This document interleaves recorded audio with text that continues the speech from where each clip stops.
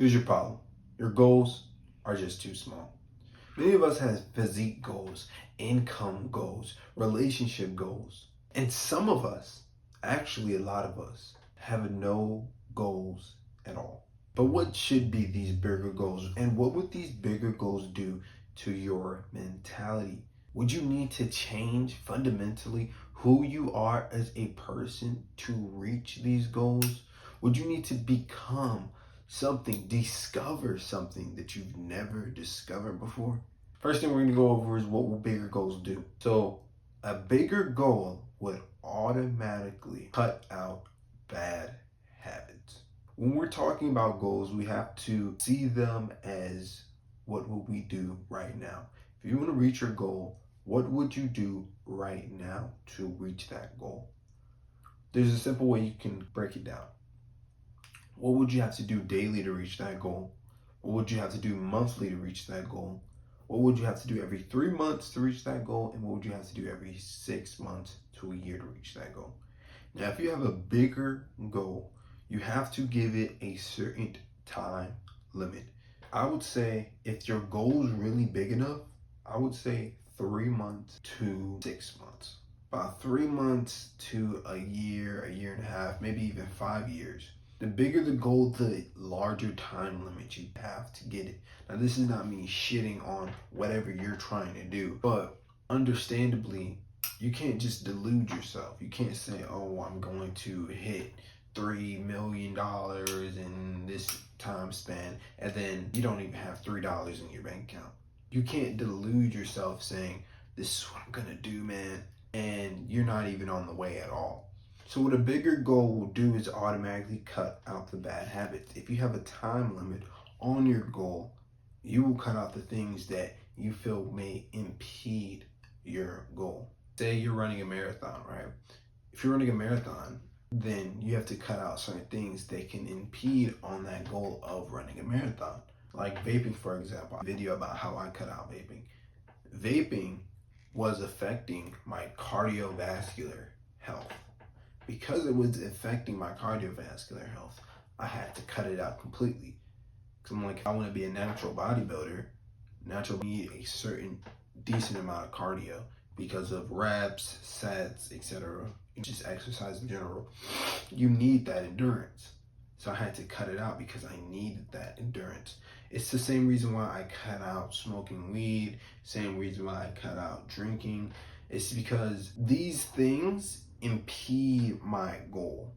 If they slow you down, if they impede your goal, it's always going to be something you can cope forever. You can find hundreds of reasons why, oh, but this didn't work like that, and I don't know. Be more creative. They say that a lot with weed, or makes me more social. They say that a lot with drinking. You can find hundreds of reasons to cope, but if overall you feel like it impedes your goal, then you should cut it out, or you should at least try to cut it out. Especially for these bigger goals, these bigger challenges, we want to find the little personal things in our lives that can set us on the wrong path. So the next point is failure is optimization data. See, when you have these bigger goals, you have to come to an acceptance that you're gonna fail. You may not reach your time limit, reach your time span. Perhaps you have a year, you don't reach that year. You back to the bad habits. Perhaps you want to cut out a bad habit. You keep going back to it. You will fail. If your goal is big enough, you will fail. It's something you have to accept, and it's something you have to come to the realization to, because failure is a good thing. This isn't like school where you get an F on your paper and you're like, fuck, I got an F, man. My parents are gonna be so mad at me.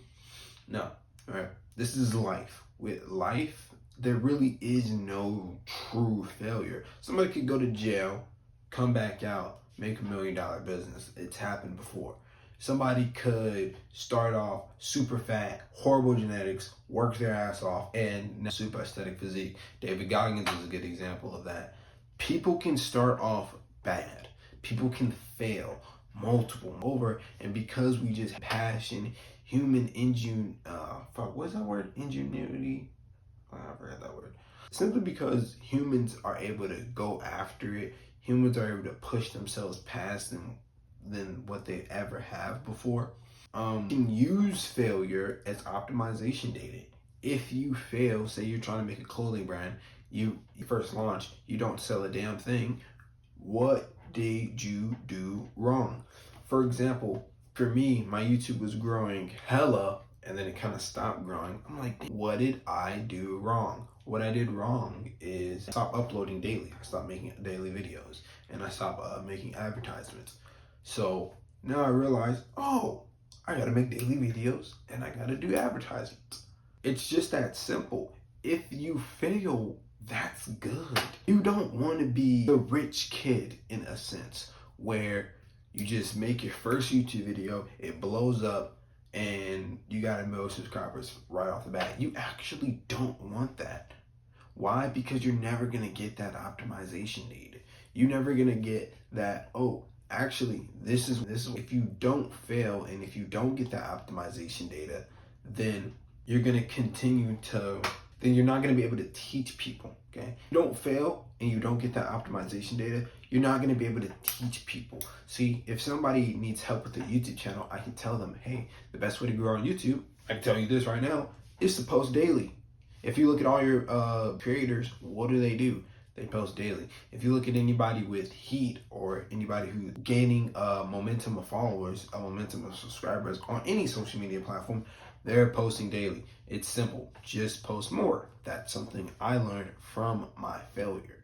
It's the same thing in the gym. It's the same thing anywhere. So if you want to really accomplish these bigger goals, you have to accept failure and you have to learn from failure and learn from other people's failures. Okay, so people don't learn from their failures. Smart people learn from their failures. Really smart people learn from other people's failures. Really people learn from other people's successes and failures. I got that one from Alex Mosey. Continuing on, is endless. Create a different person. So the last point is the self-image. We talk about the self-image a whole ton. And the biggest self-improvement accomplishment is completely dying. The biggest achievement in self-improvement is dying. That could be a whole video. That's a cold ass title. That could be a whole video of its own. But what I mean is creating a new you, creating a new person. There's a verse in the Bible that says that God will shred the boy to create the man. It goes something like that.